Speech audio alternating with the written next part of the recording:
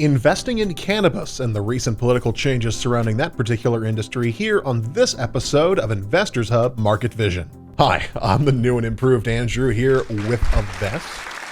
I think it looks good. We're going to be talking to Ted Ohashi. He writes the Cannabis Report for Investors Hub. And if you're not already there, check us out at investorshub.advfn.com or our international website, advfn.com. Also, don't forget to like and subscribe. Unfortunately, you gotta tell people to do stuff on the internet for them to actually do it. So don't blame me. Blame science. Blame yourselves. Praise the algorithm. Now let's talk to Ted. So Ted, what makes investing in the cannabis industry different and the same from investing in other industries? Well, I think what makes it the same is the securities that you're investing in, common stocks, convertible debentures, warrants, they're all the same thing. So that whether you're investing in cannabis or the computer industry, if you're buying common stocks, you're buying the same thing. What's different about the cannabis industry are the forces that are driving it. So humans have been associated with cannabis for 10,000 years. So this is not a flash in the pan. This is something that is just going to keep going and going and going. The other thing is we know that the demand for cannabis is out there. So this is not a new technology or something where maybe people will accept it and maybe they won't. This is something that the demand exists. It's a little bit like investing in alcoholic beverages after prohibition ended. And I mean, with cannabis, prohibition hasn't ended in a lot of ways. So the demand is there. So the risk is lower, I think. So, and I read this week that the U.S. Sales through dispensaries is up 40% this year. And those are the kind of growth rates that we're seeing. So again, this is an industry that is growing quickly. The demand is there. There's very little risk that it's not going to happen. So how has the cannabis industry reacted to Biden being the president-elect here in the States?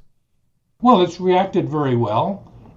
Initially, it was very positive, and then it settled back a little bit. From my perspective, when Biden was going through the nomination process in the spring and summer, the Democratic Party was talking about legalization. And every candidate was in favor of legalization except Biden.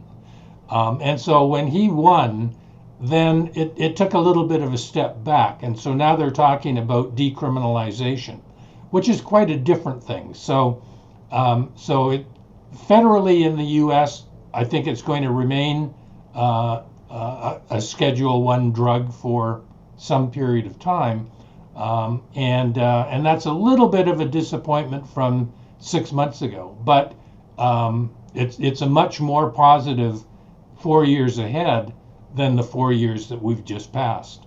So, but things are changing a little bit on the state and local level. So a couple of states have legalized recreational marijuana or medical marijuana. How has that impacted the industry? Well, that I think is where the growth is going to come from. It's going to come from the state level. So states are going to continue to approve either medical or recreational or both. In the election in November, I think 5 states approved it for recreational and one for actually the same state for medical. And so, that's where the growth is going to come from. There'll just be a succession of states approving it. It covers about a third of the U.S. population now, and that's just going to continue to grow.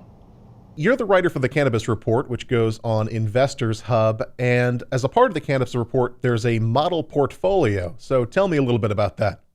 Sure. So what I do there is I take a set of cannabis stocks and I invest in them as if it were a real portfolio, but it's a model. So subscribers can see every week what I'm doing. I do it in a way that they're able to manage their portfolios parallel to what I'm doing, and they can act accordingly. So Right now, I think we have 6 stocks. We have 1933 Industries, we have Khiron, we have IM Cannabis, we have Juicy, Cannabis Growth Opportunity Corp, and Suniva. And so that's a portfolio. We have about 20% cash, and it has had an excellent record of consistently outperforming its benchmark. So one of the companies in your model portfolio is Khiron. So tell me a little bit about why you chose that one. Well, Khiron is an international company. It's headquartered out of Bogota, Colombia.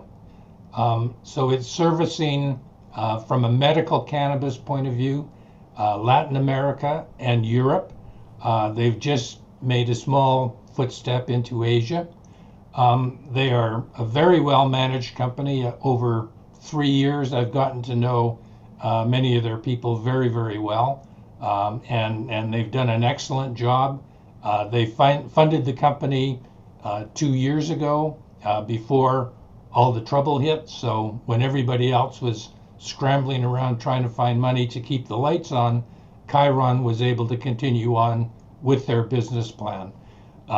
They are at the point now where in the current quarter and subsequent quarters, they'll start reporting revenue. They'll probably break even in the first quarter of next year from a cash flow point of view. And they've got just a very large market opportunity. And after medical cannabis comes adult use cannabis. So, the sky's the limit for them.